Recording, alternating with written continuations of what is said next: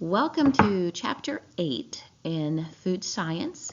In this chapter, we are going to focus our attention on the chemical structure of simple lipids in foods, including their physical properties and chemical degradation. So please pull out your textbook and turn to page 167.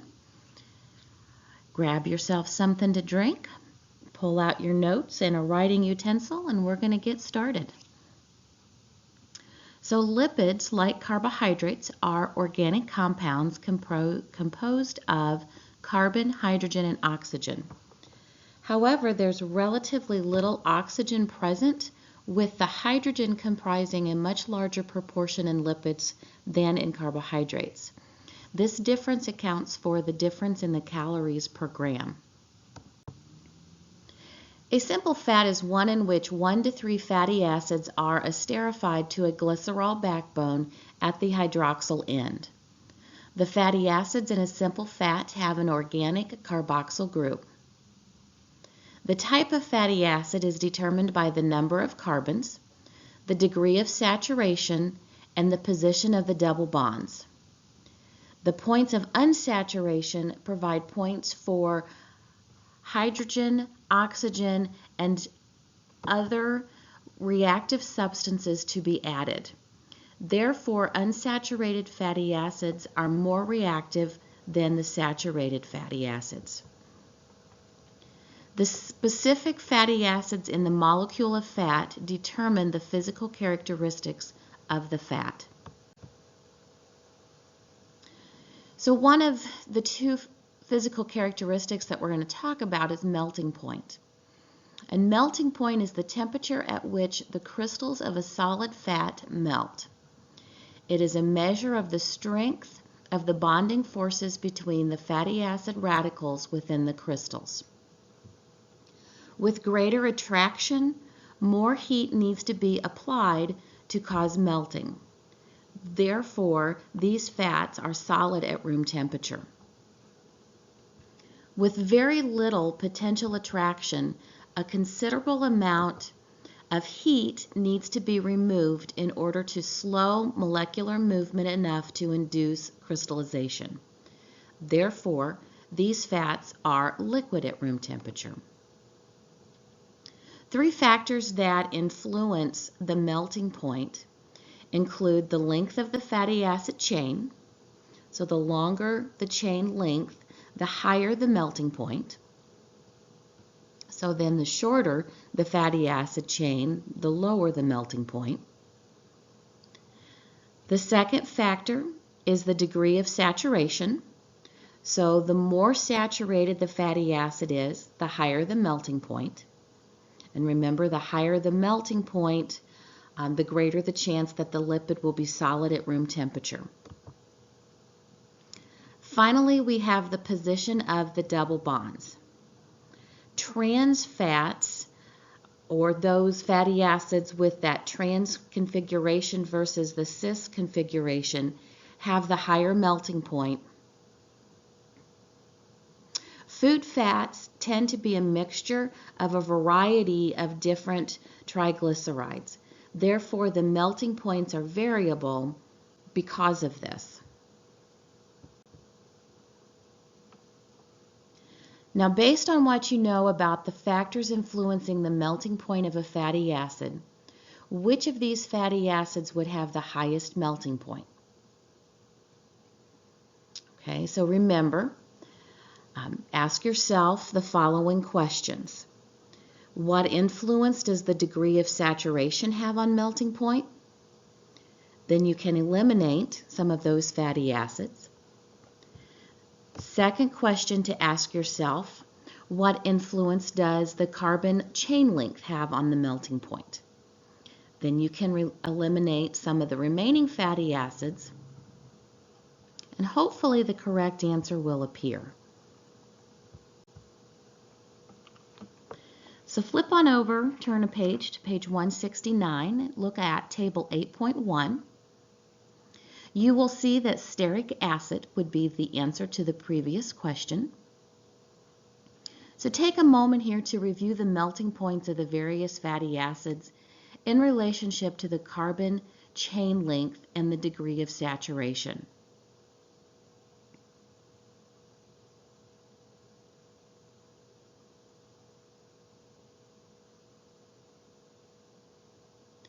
Common fatty acids in foods generally have chains between 2 and 20 carbons, with a 16 to 18 carbon chain being the most common.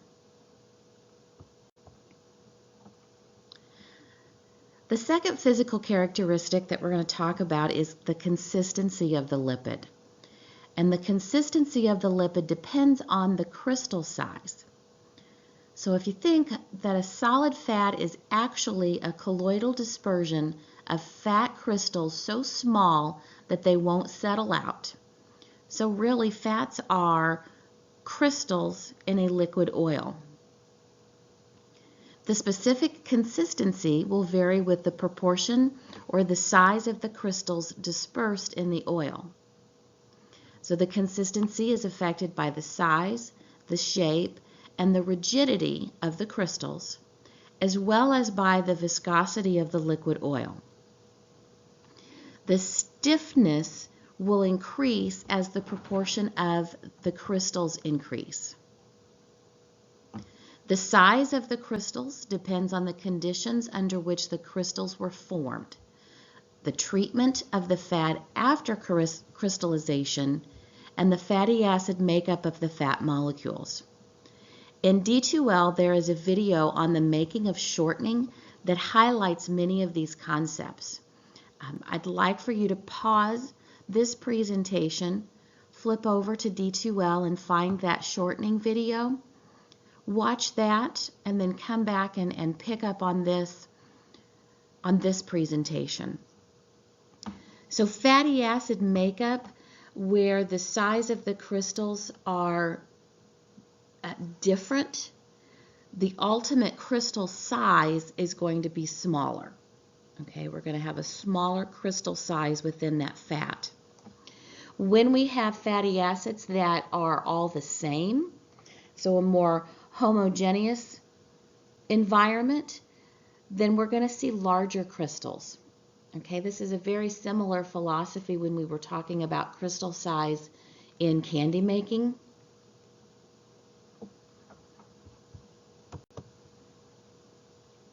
So moving on now to the chemical properties or the chemical processes within lipids. The first one here is rancidity, or the breakdown of the lipid. So rancidity essentially is the chemical spoilage of fatty acids that occur from exposure to undesirable environmental factors such as high heat, oxygen, and water. There is an off flavor as well as an off aroma that is noticeable in baked goods. Sometimes the oil even gets darker in color. That's what you can see over there in the picture to your left there with that darker oil that the French fries are being fried in. Rancidity will also lower the smoke point of a lipid, and we'll talk more about smoke point here in just a minute. So there's two different types of rancidity, oxidative rancidity and hydrolytic rancidity. So we're going to talk about oxidative rancidity first. This is also known as oxidation. And this happens when a fat is exposed to oxygen, and this process is facilitated by the presence of iron, copper, light, and warm temperatures. So as illustrated in the visual, oxidation is initiated when a carbon-to-carbon double bond of an unsaturated fatty acid of a triglyceride is broken, and oxygen becomes part of an unstable, free lipid radical, forming a lipid peroxide. As the lipid peroxide has a free radical itself, this is an example of an autocatalytic or self-perpetuating cycle referred to as autooxidation. We just get into this cycle of this free radical that just helps to perpetuate or continue this oxidation. Reversion is a minor oxidative rancidity of essential fatty acids, so omega-3 and omega-6 fatty acids, that leads to a fishy or beany flavor. This is most common in soybean oil, but can happen in other oils. So preventing oxidative rancidity, we need to limit the access to oxygen. So we can do that by storing in a tightly closed container. We can also store in a cool, dark environment as well. Secondly, we can add sequestrants to the lipids to limit the ability of the metals to catalyze the oxidation of the lipid. So examples of sequestrants are listed there. Many times it's ascorbic acid or vitamin C or citric acid. And if you look there at the label at the bottom of the slide, you can see citric acid. Third, we can use antioxidants. Antioxidants such as the tocopherols or vitamin E, or the carotenoids, or some form of vitamin A, or there are some antioxidant additives that we can use to protect against oxidative rancidity.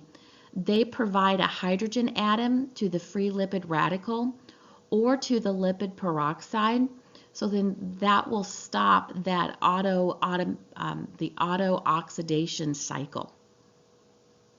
So if you look down at the label there, you're going to see beta carotene. It says for color, but it also can work as an antioxidant. And then before that, you're going to see the vitamin A palmitate. Okay, again, another source of vitamin A that could have antioxidant properties. So a little bit more here about antioxidants. If you flip over to page 174 in your textbook, we're looking at table 8.2. This table provides us a nice summary of both the chemical and natural antioxidants and their uses. As you review the table, you will see that some antioxidants have more of a sequestrant function. Okay, so look there at the citric acid and the phosphates. While others have more of a temperature control function, such as the BHA, the BHT, the TBHQ, and the propylgallate. Interestingly, these four are the ones that are most commonly added to cooking oils, shortenings, and margarines. The second type of rancidity is the hydrolytic rancidity, or also known as lipolysis. So hydrolytic rancidity occurs when lipids are hydrolyzed into glycerol and the free fatty acids. When glycerols are hydrolyzed, they break apart into their glycerol backbone and the free fatty acids. This release of free fatty acids can produce the undesirable odors and flavors due to the production of these short-chain fatty acids. And it's those short-chain fatty acids that lead to the undesirable odors or flavors in the lipids. As we close out this chapter, we're going to focus on the effects of heat on lipids. Many times we use fat when preparing foods. Think sauteed vegetables, a pan-seared flank steak, or a deep fat fried anything. The damaging effect of heat on lipid is important to understand, as old oil can be rancid, thus making it less safe due to the lowered smoke point. I mentioned earlier that lipolysis lowers the smoke point. The smoke point by definition, is the temperature at which the fat begins to vaporize. This occurs when the glycerol backbone of the triglyceride becomes so hot that it loses 2 molecules of water to form acrolein. This acrolein then vaporizes immediately, forming an irritating bluish smoke.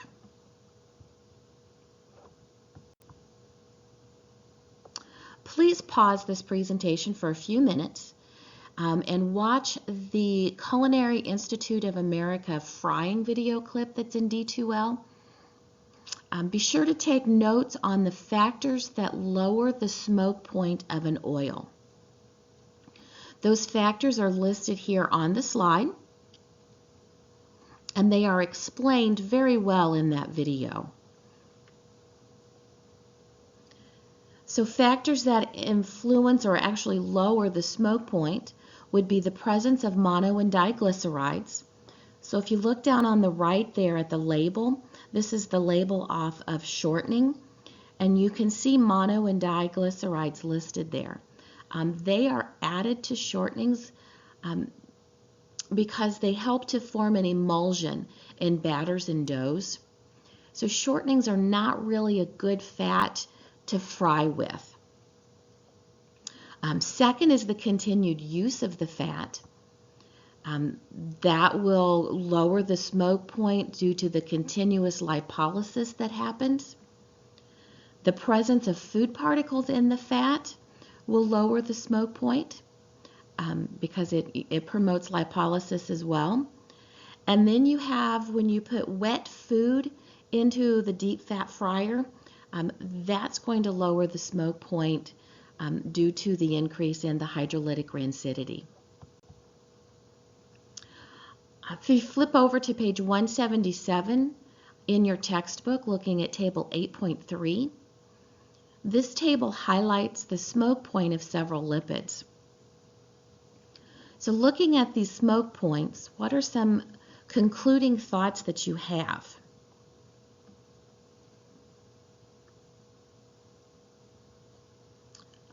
Did you come up with solid fats tend to have lower smoke points? So look there at the lard, the shortening, and the butter. Secondly, you might have noticed that the majority of smoke points of oils are higher than that of the boiling point of water. So that will have a food implication that we will talk about in chapter 9.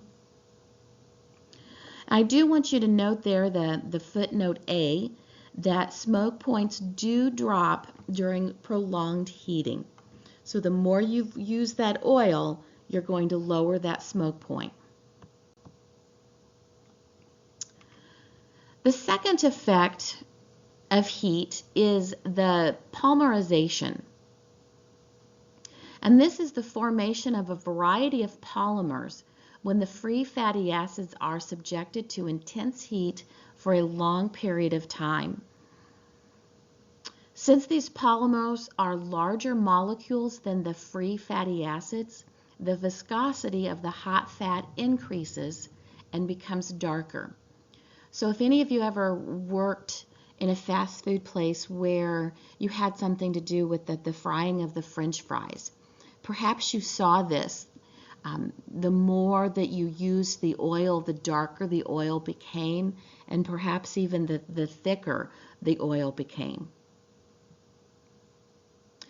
So a point of differentiation here. The smoke point is the breakdown of the glycerol backbone. Polymerization is the breakdown of the free fatty acids. Next, we have the formation of acrylamide. And acrylamide is a carcinogen that's formed from the natural sugars in starchy fried foods and also baked products. It's a newer area of research, really starting with the increase of all of the fried foods that we tend to eat in America. As we close out chapter 8, please take a moment to read the summary on page 179. And test your knowledge of the material by answering questions 7 through 15 on page 180.